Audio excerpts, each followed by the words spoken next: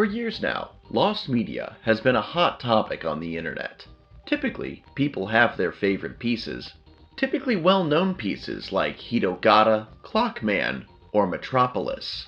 Still, there are many more pieces that, while not as well known, deserve not only equal time in the spotlight, but just as much chance to be found.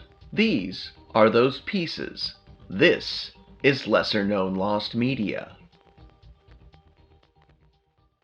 Welcome back, Chimera Crew, to Volume 65 of Lesser Known Lost Media, the show where I cover pieces of lost media that just don't get their fair share of time here on YouTube. If you're joining us for the first time, how this works is I start with 4 family-friendly, safe-for-work pieces of lesser-known lost media, take a brief ad break, and then end with a 5th, final, spicier piece. Before we get started, I just want to make a brief request. If you are new to the channel, please consider hitting that subscribe button. We are just 32 subscribers away from hitting our goal of 1,000 subscribers. And if you're coming back and you're already subscribed, please be sure to hit that like button, leave a comment, and share the video with your friends. Let the algorithm know that this channel is worth recommending. And with all that being said, for the 65th time, let's get started.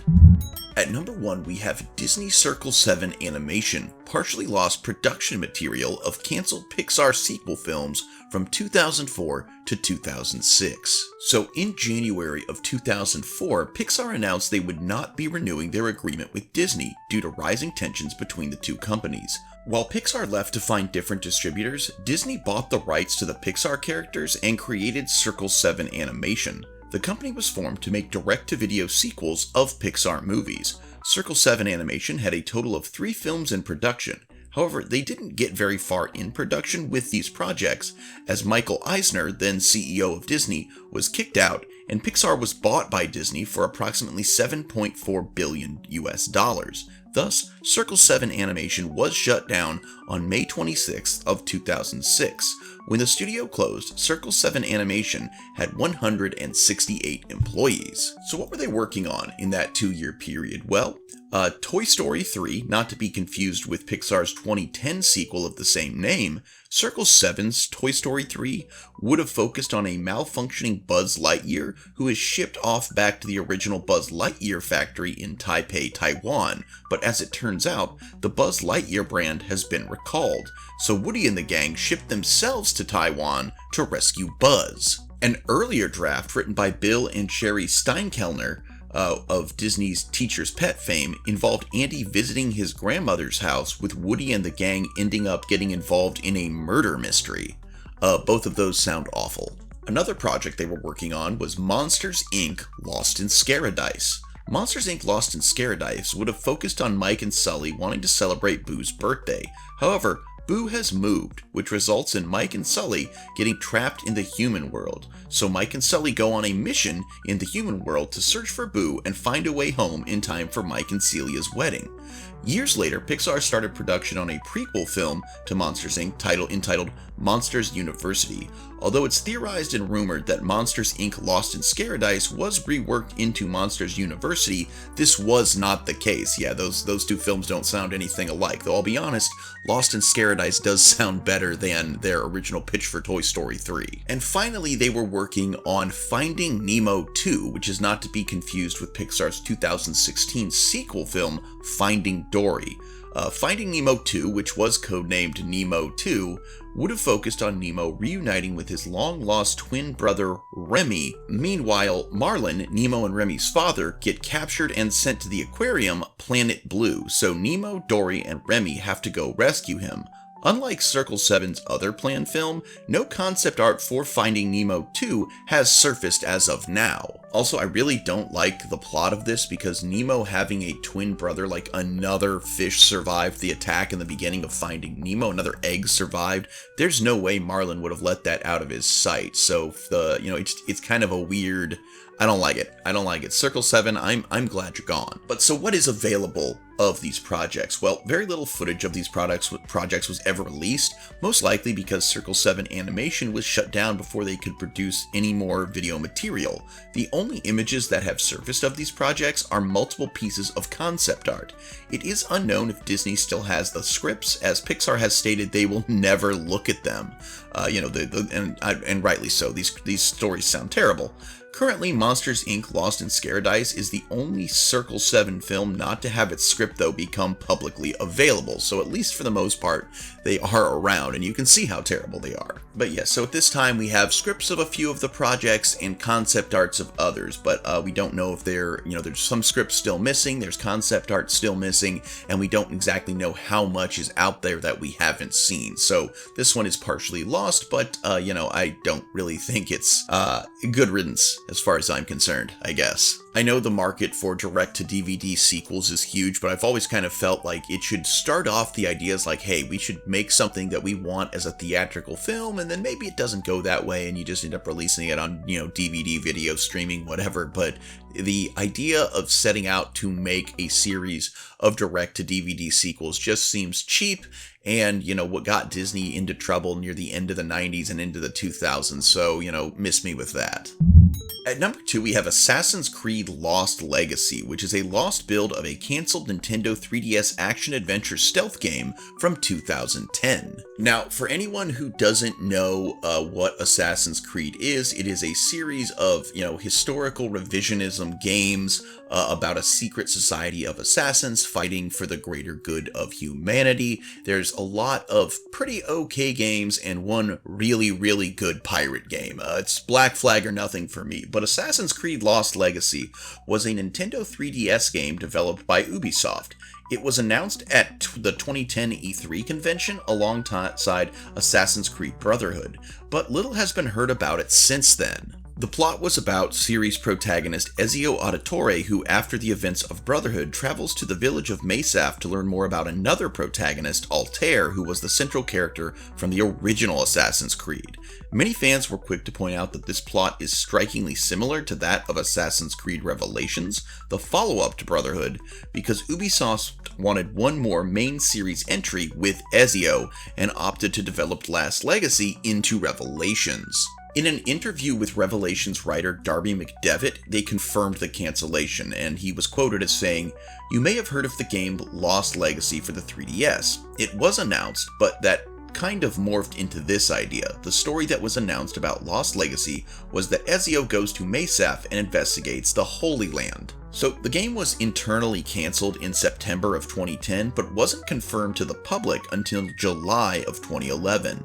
No screenshots or videos were ever released, save for the logo featured here in this video. Now, because technically it did come out, albeit as a different game, any work on Lost Legacy has probably since been deleted. This is another one that I know it's weird for a Lost Media video creator to say that this one, doesn't need to be found, but I mean, it's kind of, in my opinion, like, what's the point? Ubisoft and their Assassin's Creed games, and many of their other games even, are known for their big, open, explorable worlds, and it's just not as easy to do that on the level to which we expect in a 3DS game. It does seem like the wrong format for an Assassin's Creed game, and as such it was kind of foolish of them to think that was the best route to go with it. When I think the best kind of games to be on a handheld, I'm thinking, top-down adventure games, JRPGs, things like that. I'm not thinking big open world exploration in a 3D platform. Again, look at what we're doing on consoles versus the Switch, which is still technically a console, and a mobile. It's just, I don't think the 3DS would have ever been the right platform for an Assassin's Creed game. I think it would have ended up in the bargain bin at Walmart. It'd be nice to see some gameplay footage and what they were trying to do with it, but I don't necessarily want to find and play this myself. At number 3, we have Fizzys Lunch Lab, partially found flash games based on PBS Kids web series from 2009 to 2021. So Fizzys Lunch Lab was a web-exclusive PBS Kids series that lasted from 2009 all the way to 2021, and the show was fairly well received, even garnering several daytime Emmy nominations. Like many of its other successful counterparts, it received a number of web games, most of which used Flash. And despite the positive reception, the show fell into obscurity, and even though the official website switched from Flash to HTML5 in 2015, the website ended up being taken down in 2021 for unknown reasons. While all of the episodes are accessible online via various websites, the show's official website had an unusual GUI that made it so that nearly all of the web games made for the series were unable to run off-site, making any chance of archiving them near impossible. And as a result, most of the Flash games on the website are now lost. Based on the list from the Lost Media Wiki, there were 17. According to the article in the Lost Media Wiki, there were 17 games originally on the website, 4 of which have been found, 2 are partially found, and then the other 11 are still completely lost. This one is very interesting to me because one, it is part of the multitude of Flash games that are lost currently, which there are a lot of them. We've mentioned several on the channel, but this one seems that it was lost for different reasons. They did convert the website, but the website was set up in a way that a lot of these games could not be archived, and as such it almost seems like they didn't want them to be. Like they actually took steps to make it so that people could not download and archive these games, which I don't think there was anything sinister in that. It possibly was just the format they were using. Maybe it was unintentional, or maybe they just didn't want game piracy. But either way, they have now joined the multitude of lost Flash game content, and a subject that I find absolutely fascinating. In fact, I should probably do a video in the future of just related to Flash games. I probably will do that, probably. Let me know in the comments if you'd like that. At number 4, we have Climax, The Long Goodbye, the lost premiere episode of an anthology series from 1954. Now, with a name like Climax, The Long Goodbye, you'd probably expect to find this in the spicy piece, but it is more innocent than it sounds. So Climax, later known as Climax Mystery Theater, was an anthology series that ran on the American network CBS between 1954 and 1958. Each episode showcased a different story, most of which were adapted from other media and were usually performed live. While many episodes are considered lost, the series premiere is especially sought after as it contains one of the most memorable production errors in TV history. So this incident is known as the Walking Corpse Incident, and on October 7th of 1954, Climax premiered with a live adaptation of Raymond Chandler's 1953 novel, The Long Goodbye. In the course of the episode, actor Tristan Coffin's character was murdered, and he was next seen as a body lying under a sheet as investigators examined the crime scene. All was proceeding normally when, according to contemporary accounts, Coffin, the murder victim, suddenly sat up, discarded the sheet, and calmly headed off the set. Different accounts describe the erstwhile corpse as either crawling or strolling away. Adding to the surreal vibe, the actors playing the investigators continued their examination, even discussing the removal of the now absent body, seemingly entirely oblivious to the bizarre turn of events. The adaptation continued on without further diversions, and the character's murder was solved, leaving viewers utterly confused. Now, what was the aftermath of this gaffe? Well, since Climax billed itself as a top-tier highbrow program, its debut had garnered considerable critical attention. Write-ups of the incident, including confirmation from the embarrassed CBS executives that Coffin had believed himself to be out of frame at the time, appeared in multiple newspapers. The gaffe would pass into television history, albeit sometimes attached to the wrong show or episode. These days, it is most often claimed that the incident involved Peter Lorre as Le Chiffre in Casino Royale, a special live dramatization of the James Bond novel that aired around the same time. This is probably due to it being conflated with the third episode of Climax, which adapted the same Bond story. So, the actual episode containing the incident has not resurfaced since its first airing, and it is unknown if a copy is still in existence. It is highly unlikely given that early live TV was not often recorded, and even if it had been, in this case, a gaffe of this magnitude would not have been thought to be worth saving. And as of this episode, the only episode of Climax to ever get an official release on home media is Dr. Jekyll and Mr. Hyde, which appeared in a classic sci-fi TV compilation. Several episodes from other seasons have also shown up online, but the majority of the episodes, as well as the initial one, remain lost. I do think this one is funny that, back in the day, not only was stuff like this not recorded for posterity, but if this kind of mistake was made, they would have thought, well, this is bull, this is garbage, this isn't worth keeping. When in reality, in modern sensibilities, something like that would definitely be worth saving for posterity. It would show up on clip reels and all that stuff. I mean, it would become meme fodder. But that's just was not the case back then. So unfortunately, this, while being a legendary moment in TV history, is lost and likely will remain so.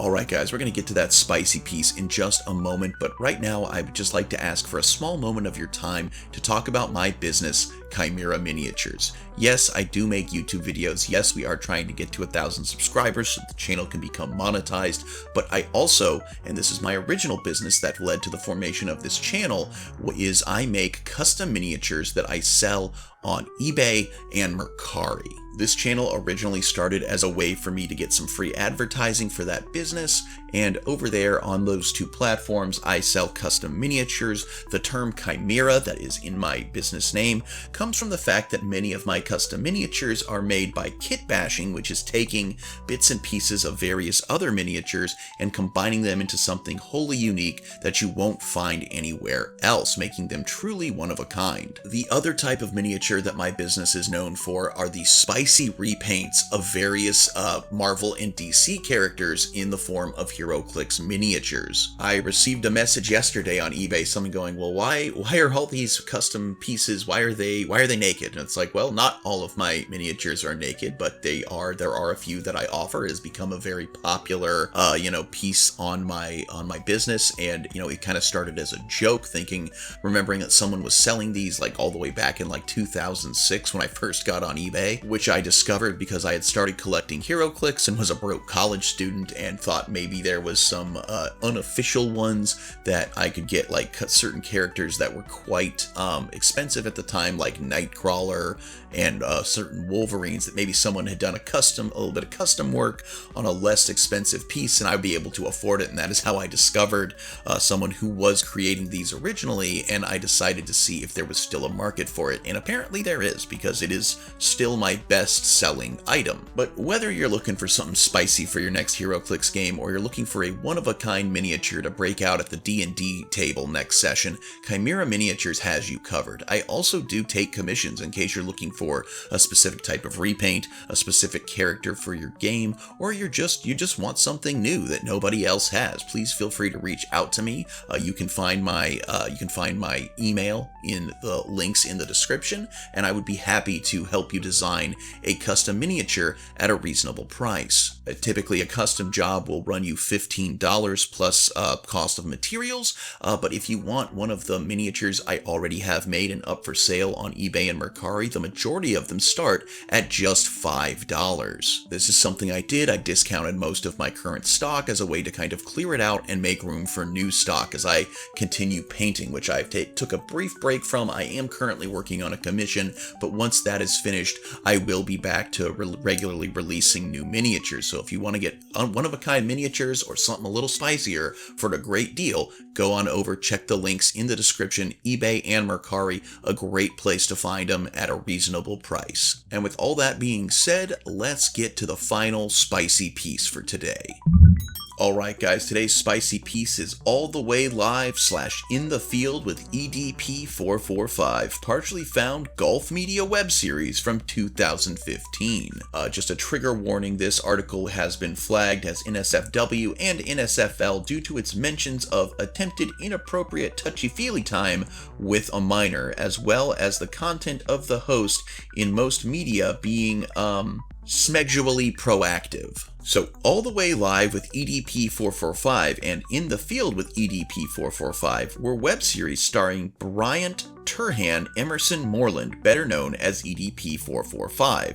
The Way Live with EDP445 was a parody of sports analysis programs focusing on the Philadelphia Eagles, while In the Field with EDP445 would follow EDP445, let's see how many more times I can say that, going to various locations, comedically interacting with the locals in the area.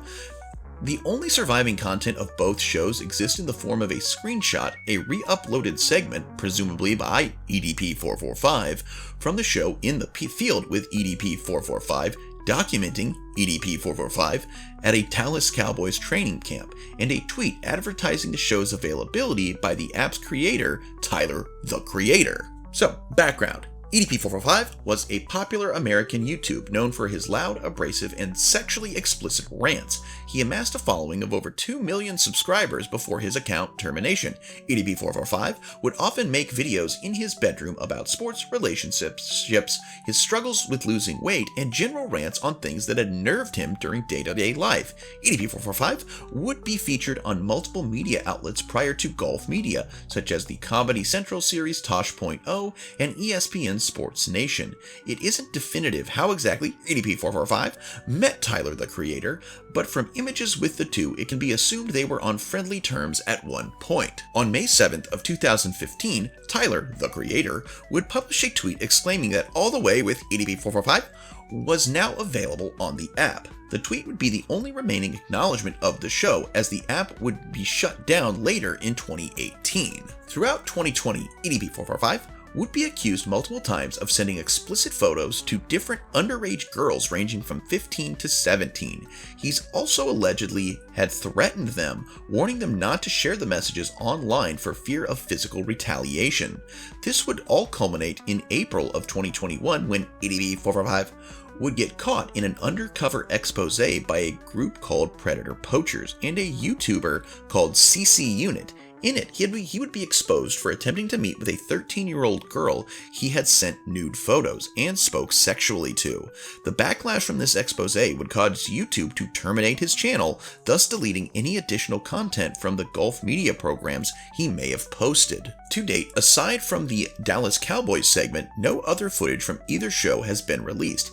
It is unknown how popular the show was among Gulf Media users, and whether anyone else had archived any of the episodes in full. Given the closure of the platform, as well as the controversy surrounding EDP445, it's doubtful the episodes will be uploaded by anyone directly involved with the project. With that in mind, the hope is that an archive of all the episodes or Gulf Media content exists so that episodes may be recovered. And while that is the wish of lost media hunters, I suppose, me personally, I hope this stuff never gets found. I think that this guy was a piece of crap, and I don't think he deserves to remain in posterity. I've mentioned before on the channel about the ability to separate an artist from their art. Can you still enjoy the content when the artist who created it is a bad person? And while this sometimes can be the case, I mean, I loved the soundtrack from Beyond the Sea, but I've been unable to enjoy it ever since Kevin Spacey was revealed to be a total creep. No shade if you're able to do what I can't, you can separate the two entities, but I think that once stuff like that comes out, you deserve to fade into obscurity and be forgotten by the public for anything that you used to do, and if you're known in any way, shape, or form, it should be as the monster that you are. Oddly enough, this episode has a lot of lost media that I either don't care if it's found or think it's just better off not being in the public consciousness. But that's weird. I didn't plan that. But, we don't even know necessarily how popular this guy was. So I think 2 million subscribers, that's pretty good. I wish I had that. Like, comment, subscribe. But, I think he had his time and he fucked up and he should stay gone. And so should his media. Though I do suppose even the bad content deserves to be archived for historical purposes. So, there is that.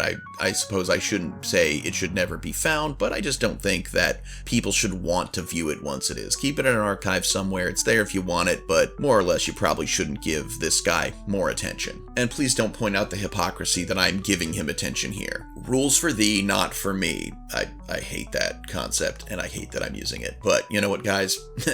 Find it if you want. I've told you about it. I personally won't be watching it if it's found. And hey, that's the video, guys. Thank you so much for joining me today with this 65th, installment of this series. I can't believe it's still going strong. This series started as kind of a shot in the dark when nothing else I was putting out on the channel was really getting any views, and it got me from under 50 subscribers to where we are now. And I want to thank each and every one of you for being a part of this and helping make that happen. So until next time, I'm Mr. Sean. This is Chimera Miniatures, and I sincerely hope that you alpha great day and an even beta tomorrow. Bye-bye.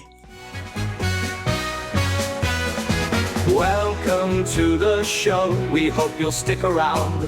Mr. Sean is here to entertain the crowd. We've got a bit of everything, 'cause everything's allowed. Chimera Miniatures is here to stay, we hope we make you proud. Welcome to the show, we hope you'll stick around. Mr. Sean is here to entertain the crowd. We've got a bit of everything, 'cause everything's allowed. Chimera Miniatures is here to stay, we hope we make you proud.